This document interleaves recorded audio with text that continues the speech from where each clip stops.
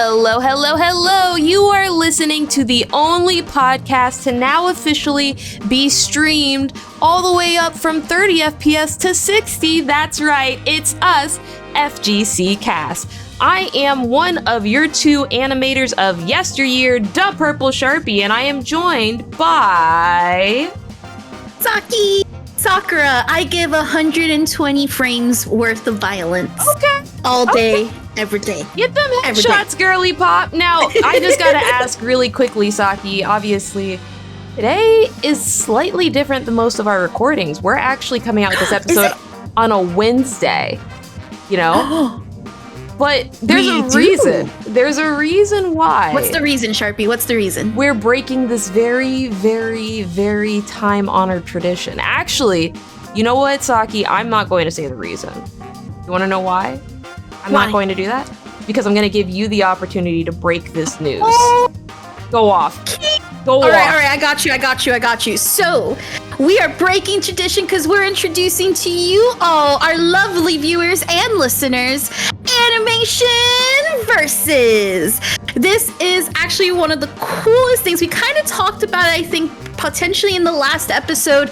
And that's right, we have an exclusive for our exclusive audience with a demo. Sharpie? Yes. So I just want you to know that I'm gonna beat your butt in it. That's crazy. That's crazy, girl. So I was going to say, before Saki got ridiculously competitive, Animation Versus was the game that we were talking about in the very last episode. And if you all remember, we actually showed some footage from early versions of the game. Now, we, as the exclusive news holders here at FGC Cast love to be, actually had a moment to speak with the lead developer for this game. And we actually got a look at the current demo for the game as it stands literally right now. And we're actually going to go ahead and just pull that up on this full screen. But you can see right over here, this is actually Saki playing the orange character. The game... This is the best part of the entire trailer, as a matter of fact. Saki went ahead and recorded a lot of gameplay for us to go through today, and we're going to be going through it. But was the game fun for you to play, Saki? Let's start there. Did you have fun actually recording for this specific episode? I did. So one thing that I really want to highlight from my experience, right, is I'll be honest and transparent to our viewers. I am not a platform fighter girly. It's not my mode of choice. Wait, why is that important here?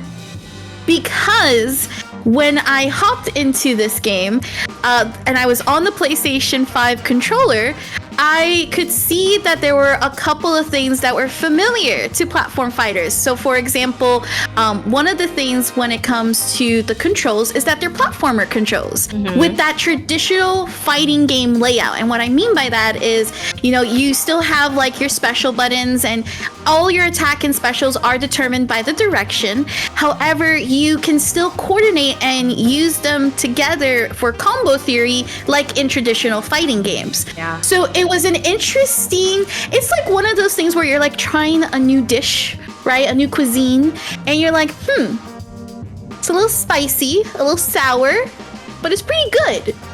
I want more. So I went ahead and I dove in for more. Yeah, you were playing this game a lot. I just want to show right here, this is actually the first bit of you, and this is where I realized... This is where I realized Saki's just having fun.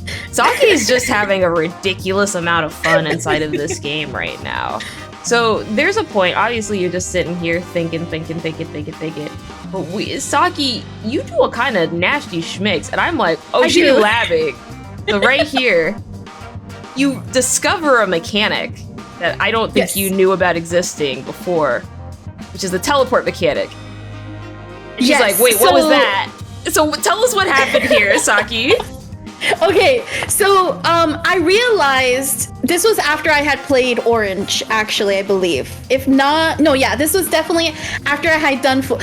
I was like, okay, what's the movement like? So I was actually trying out wave cancels or wave dashes to see how that looked like. You memer. I know, because you know, ever since I play NRS games, that's something that is important to me. But then I was like, wait a minute. So I believe it was down special. There's a teleport option. So it's kind of acts like a launcher, especially if you're in the air for purple. So what I was looking at is, okay, how much time do I have to like jump cancel and actually combo out?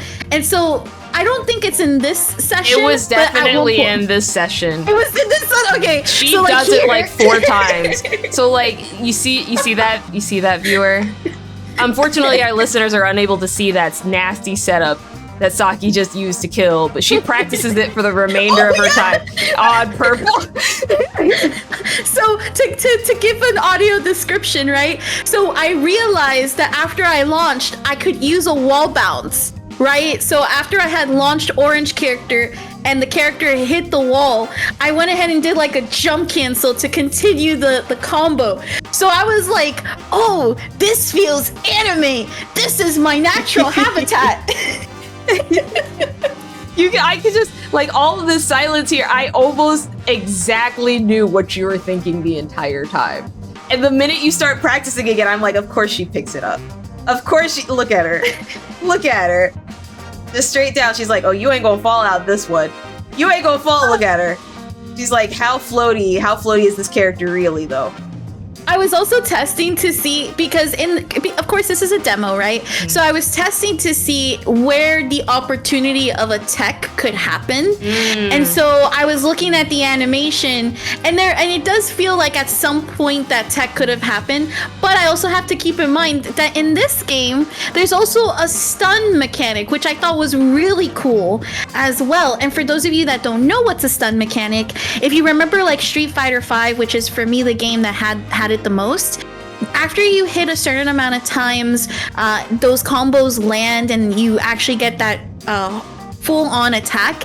Instead of going for a hard knockdown, you actually get what is stun buildup. So if you're successful on the stun, you'll actually be able to continue and get a free combo right after it. And that's something that's similar here in Animation Versus, which again, you can check out some more by looking at the Kickstarter and joining the Kickstarter at animationversus.com. Yes, the Kickstarter is live literally right now, which is the only reason why we're allowed to showcase this footage. Unfortunately, I don't believe that there's a current demo available through the Kickstarter right now. I believe it's contingent on the Kickstarter succeeding. So it's imperative if you actually want to play this game that you make sure you put your funds where your mouth is by going over to animationversus.com and funding the Kickstarter. I also wanted to remind our listeners and viewers that we actually have a very special episode of Late Night Sets with your host, a Purple Sharpie, debuting immediately after the YouTube premiere of this podcast, where I actually speak to the lead developer of Animation Versus, Muno, and we talk in heavy depth about some of these mechanics.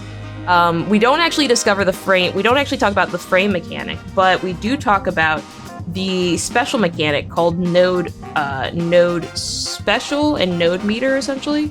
So you'll see at the very bottom of here on the gameplay, and for our colorblind listeners, or for our colorblind viewers, I apologize. There are 2 colors on the screen right now. One is orange and one is yellow, and I apologize in advance because I know it can be very difficult for you to acknowledge the difference, but orange is essentially the one on the left and yellow is on the right. Now, above each of the meters, you see a little stun bar. As of right now, yellow's stun is almost completely full and it's decreasing. So yellow is currently stunned as of right now, right? Essentially, yellow can't be stunned again because it just got stunned. See? The stun bar is completely free, it's flashing and it's filling up. But if you look over at the orange meter, you'll see orange has no stun, and there's another bar to the right of that orange stun bar. That's the node meter bar, essentially. And after that fills up, you can actually use it for guarding, which is a platform fighting game mechanic, as well as also, I think it's kind of like the burst mechanic inside of Guilty Gear, the blue burst, blue cancels that basically use that as well. But inside of platformers, you can hold down a button and it will actually allow a shield, which will completely negate all that damage, but it will use meter, or the node meter in that instance. That each one of the node meter bars has like a full circle, and you can do an instant like super, essentially, by using that up. So you normally, you're probably noticed previously when you're playing here, Saki, that if you press a certain button, instead of having to charge up your like setup for your normals or your specials all the way, you could press a button, it would automatically do whatever directional you're doing at like highest charge, right? Yes. That is a node special that basically allows you to use your meter to immediately get the highest charge version of that move. But as you can see, you can only hold a maximum of 3 of them at full meter. And you have to sacrifice shielding for that ability, you know? So it's a little bit of like defensive trade-off for offensive gains. But yeah, really cool mechanic. I thought it was really interesting to see that mix. When I played it, I will tell you, the game that this reminded me the most of, and I feel like kind of dated when I say this, because I feel like I said the same thing about the very first iteration of Multiverses I played. It felt exactly like Project Melee to me. Like, yeah, I can see that, actually. Like, verbatim, it felt exactly like Project Melee when I played through the game. And I want to be very clear, I played on a PlayStation controller, but I did get it working on a junk food arcade microcontroller. Saki, I know you also played on a PlayStation controller, you just didn't have time to get it working on the junk food. Because I know that when I worked with it on junk food, because the demo's on PC, I had to change some of my window controller properties and like reconfigure them in order to get it to work inside of this demo. But after I got it working, it was smooth. It was really Saki's nice. not smart enough for that, by the way, viewers and listeners. Saki's just not smart enough for that. I'm going to be very transparent. Saki was not here for it. Saki was like, you know what? This is not plug and play potential right now. Let me just go ahead and get a PlayStation controller, which for me, I have no quarrels because I love this controller. So let's go ahead and talk about some of the stages. I actually think on this video, you actually did a fantastic part of, I don't know if this was intentional, but you actually showed off one of the most unique stages I want to show. It was actually. I'm so glad you know me so well, Sharpie. I told her to record gameplay, but I never told her to get stage select, and she did both. So the first thing I want to talk about is there are actually 3 current stages in the playable demo that we were able to experience. That's Allen SPC, Lake, and City. Now, the very first one I want to discuss, and the very first one Saki wanted to show up on stream, was Allen SPC, which actually is a unique take off of the original Animation versus Animations series, where they actually have different backgrounds taken directly from the Flash animations.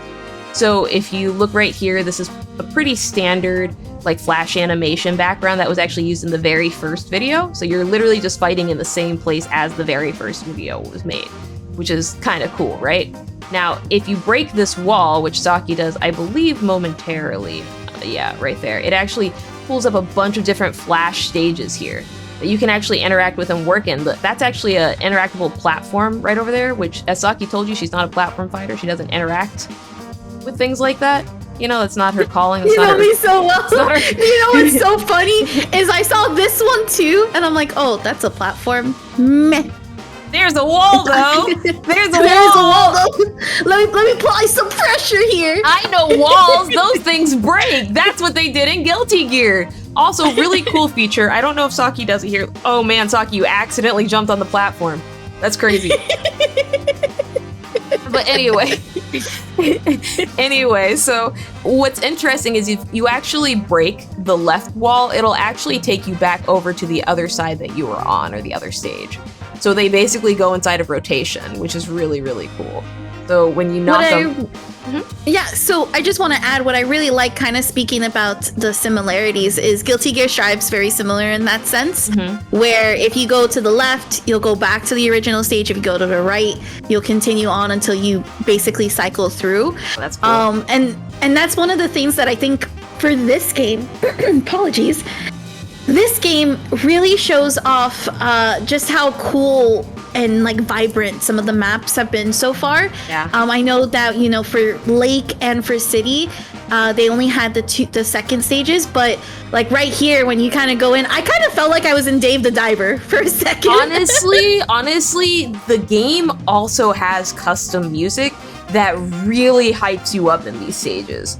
Like, what's insane to me is I actually originally played through the demo with the music off. And then I went back when I was looking through Saki's footage, because Saki's footage actually has music associated with it as well. And very briefly, just for a few moments, I'm actually going to go ahead and play that music as the background directly from Saki's video. Let me go ahead and just pull it up now and unmute it.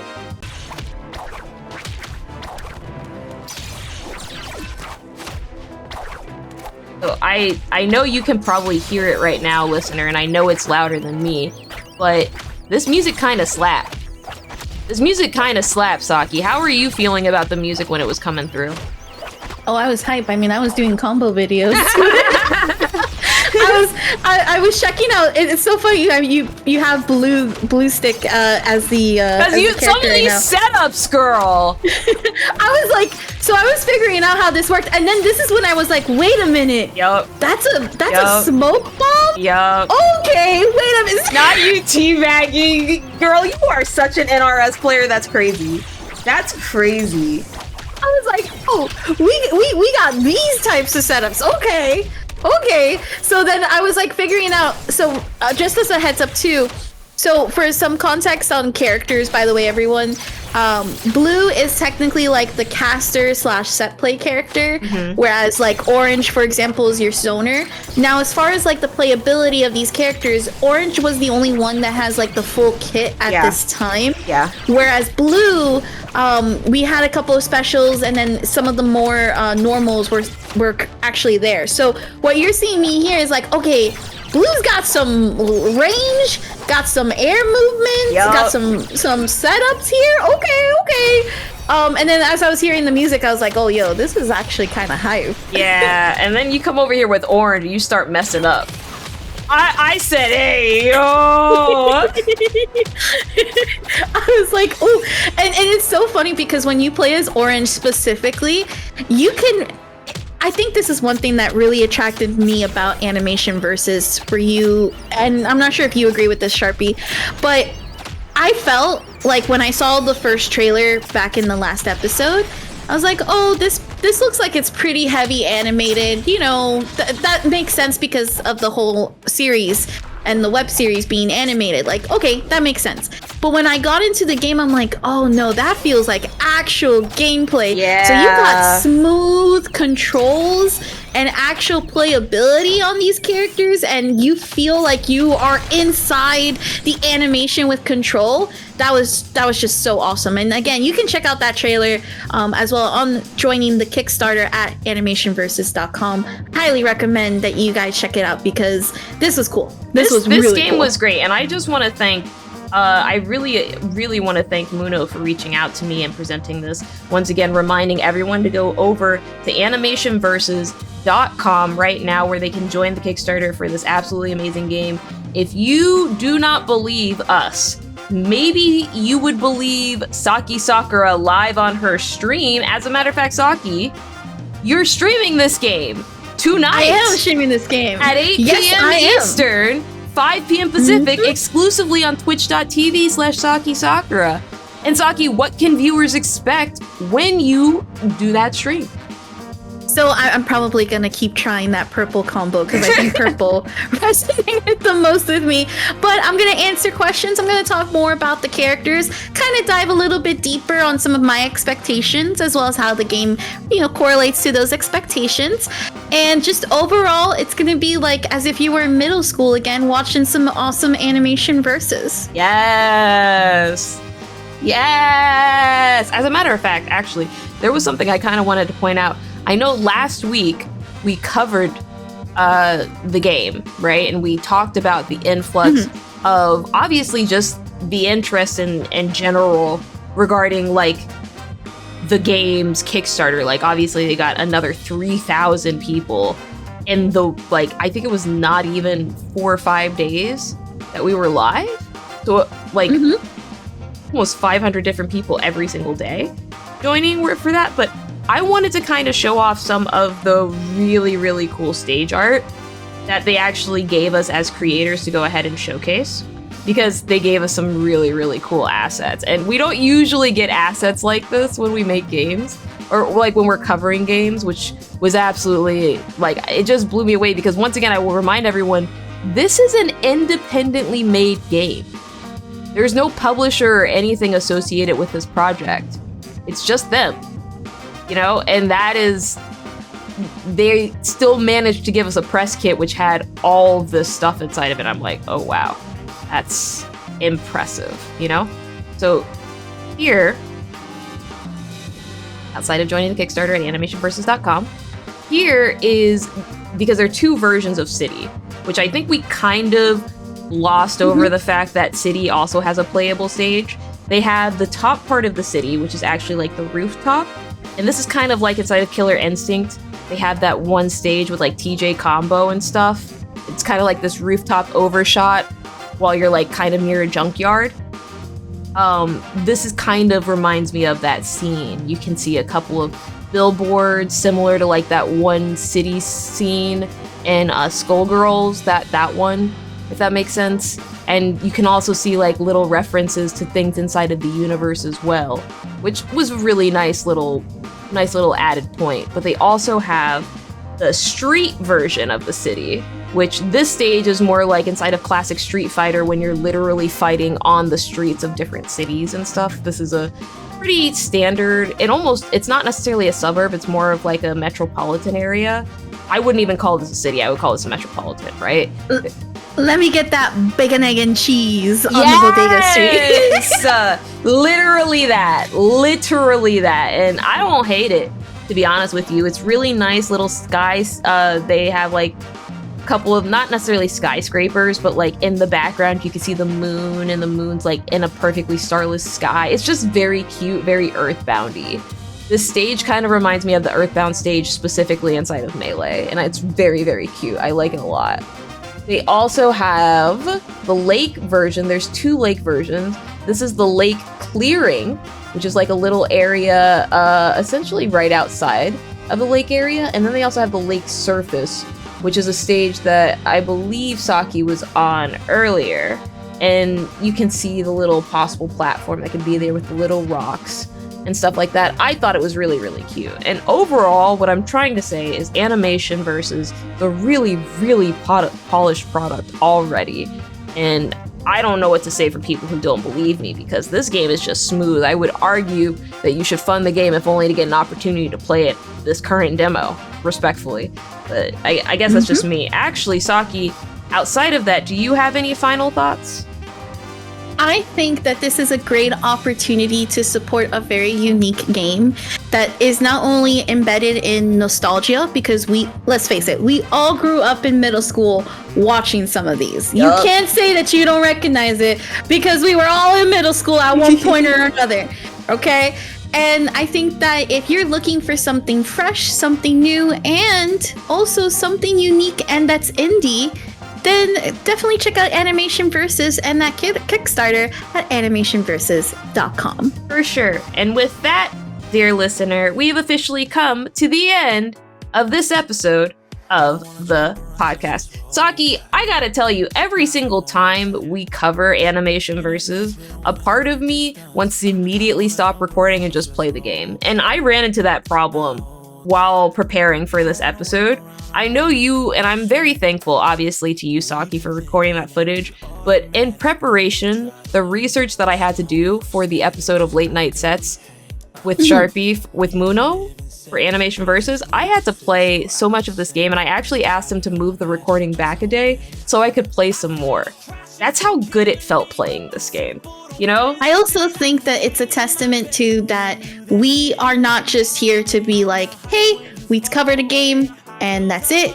We definitely, but when we feel that it's a good game, it's definitely a good game. It's also a great excuse for me to whoop Sharpie's butt. That's crazy. Your viewers and listeners, when you next hear our episode, I'm gonna 10-0 Sharpie. Thank you. Wow. Okay. You know what? I was going to ask you where people could follow you if they wanted to see more about how you felt about Animation Versus. But honestly, I'm gonna let our listeners know that instead of following SakiSakura at SakiSakuraTV.info or on Blue Sky, Twitch, or YouTube and Instagram, I think that you should instead not do that. Okay? Yeah, that's how I feel, Saki. Yeah, there's no way around that. You know what? At least I'll be the 10-0 winner, so. Okay.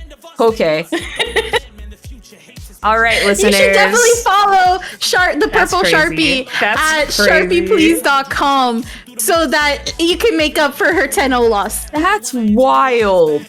that you are still perpetrating this lie on our podcast right now. Girl, I'm so tired of you. See, because you said it in our brand new YouTube trailer too, and it's starting to not feel like a joke no more. Okay? Like, I need you to be real careful right now, because I embarrassed the last person who money matched me on stream.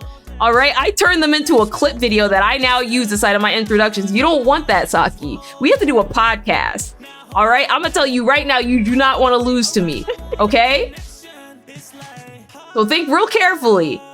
And listeners, we will see you offline. Hey, yo! And she's gonna interrupt my ending. Saki, you gotta put it up. You gotta put it up right now, girly pop. I'm ready. I'll see you offline, everyone. Offline at animationversus.com.